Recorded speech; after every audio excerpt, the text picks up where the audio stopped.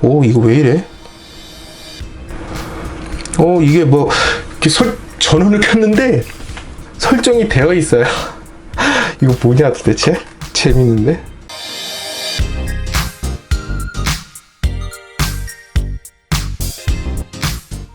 안녕하세요, 이지입니다.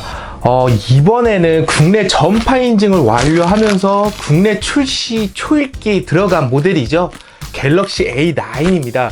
무려 쿼드 카메라를 탑재하고 전면에 싱글 카메라를 탑재하면서 총 5개의 카메라를 탑재한 모델로 이제 등장부터 굉장한 이슈가 된 모델이기도 한데요.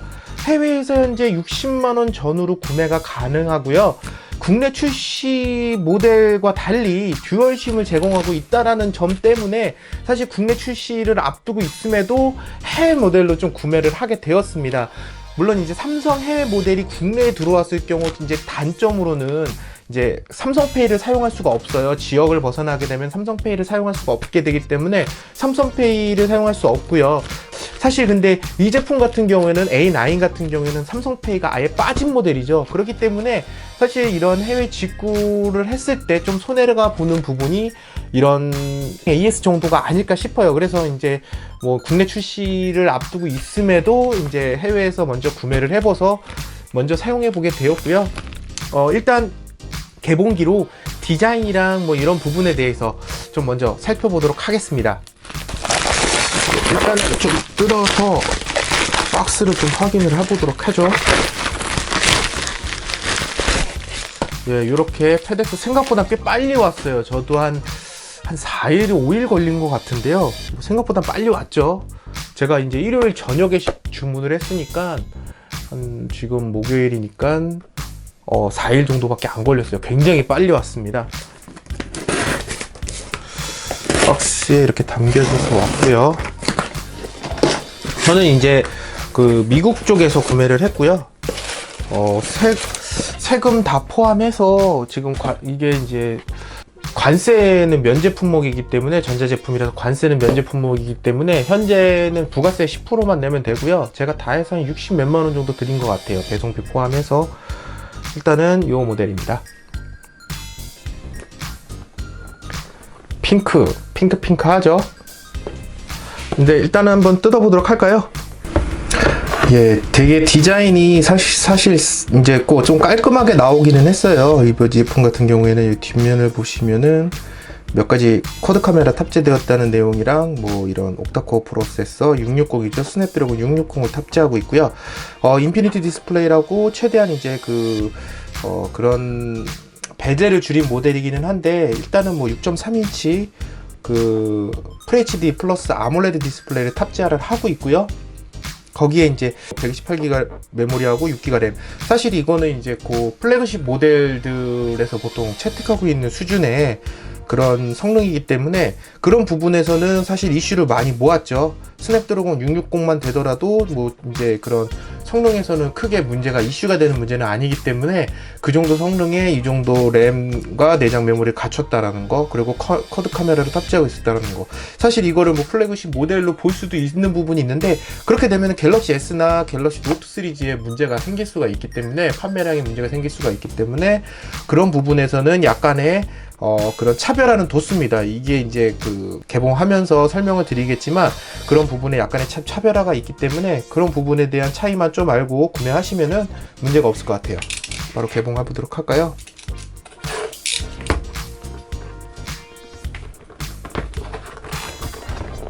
위에도 이렇게 테이핑이 되어 있네요.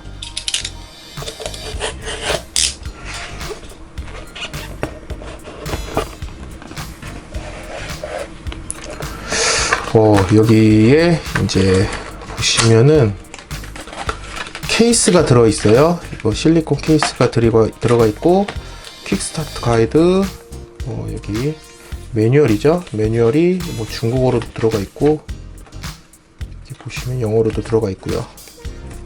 네.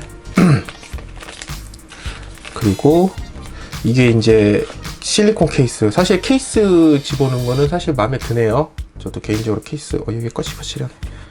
케이스는 요거를 일단은 꼽아서 쓸 수 있게 해놨기 때문에 따로 케이스는 구매는 안 해도 될 것 같아요. 이거는 좀 이득인데요. 그리고 구성품으로는 이런 걸로 이제 이 뒤에 이렇게 막혀 있었고, 충전기가 이런 게 들어가 있지? 나 미국에서 시킨 것 같은데, 미국에서 주문한 줄 알았더니 지금 홍콩판이 온 것 같아요. 홍콩판이 온 것 같은데, 아, 홍콩에서 시켰나? 헷갈리네. 아무튼 뭐 중요한 건 아닙니다. 예, 이쪽에 보시면은 이어폰 들어가 있고요. 그리고 뭐 USB-C, 이게는 USB-C 타입이죠. USB-C 타입의 충전기가 들어가 있습니다. 케이블이 들어가 있고, 이거는 뭐 충전기는 따로 안 꺼내도 될 것 같아서 이걸로 넣어 놓고요. 케이스하고 제품만 먼저 살펴보도록 할까요?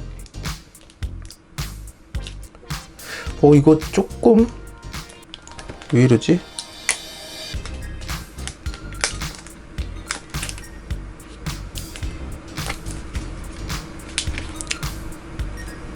왠지 막 개봉했던 것 같은 느낌이 좀 드는데요. 뭐 아무튼 저는 이제 핑크 색상으로 선택을 했어요. 핑크 색상이 사실 좀 이제 보시면은 보시겠지만 이게 블랙하고, 이게 이제 블랙 컬러하고 블루하고 핑크 이렇게 세 가지가 있거든요. 근데 이제 블루하고 핑크는 이렇게 그레디언트 디자인을 가지고 있어요. 그래서 이렇게 보는 방향에 따라서 이렇게 좀 약간 색깔도 좀 변하고 깔끔한 좀 이런 디자인을 가지고 있는데, 블랙만 조금 이제 이런 느낌이 좀 적다 보니까 사실 저는 이제 핑크 블루를 고민하다가 그래도 개성 있는 핑크를 좀 선택을 하게 되었고요. 지금 보시면은 이쪽에 좀 지문인식 있는 부분이 보이고요. 지문인식 위치는 좋습니다. 상당히 좋고, 이 무게감도 상당히 좀 가벼운 편이에요. 이 정도면은 좀 이 6.3인치 사이즈 생각했을 때 그렇게 무겁지는 않은 것 같고요.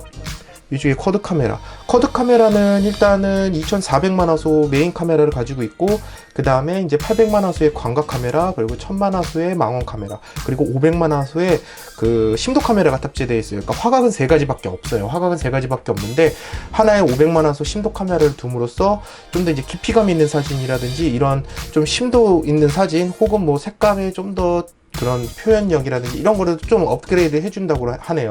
그래서 이런 카메라 성능을 가지고 있고요. 아쉬운 점은 아까도 얘기했지만 OIS, 이 카메라에 특화된 제품임에도 불구하고 OIS를 탑재 안 했다라는 부분이에요. 물론 이제 뭐 이런 식으로 고정을 잘하고 촬영을 한다라고 하면은 큰 문제는 없지만, 이렇게 들고 막 찍다가 그냥 막 이렇게 찍잖아요.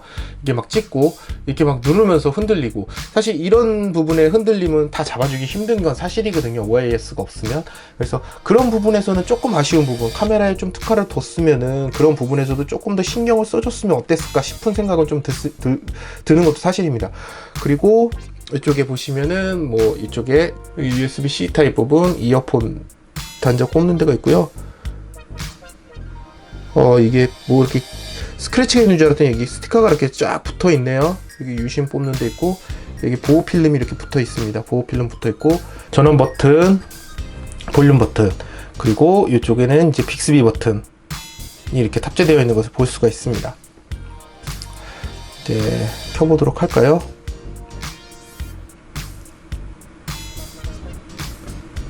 전체적으로 디자인이 상당히 뭐 그 중국 스마트폰 느낌이 나는 것도 사실이에요. 전체적으로 중국 스마트폰 느낌이 좀 나는 것도 사실이고,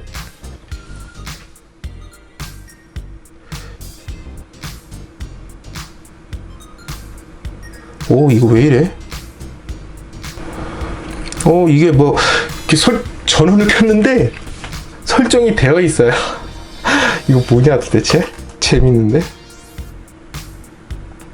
아무튼 애매하네요. 이거 뭐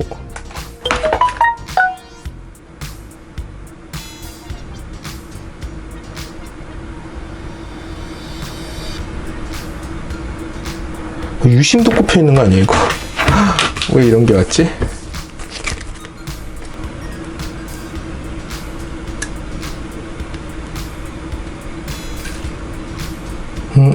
유심, 듀얼심이죠.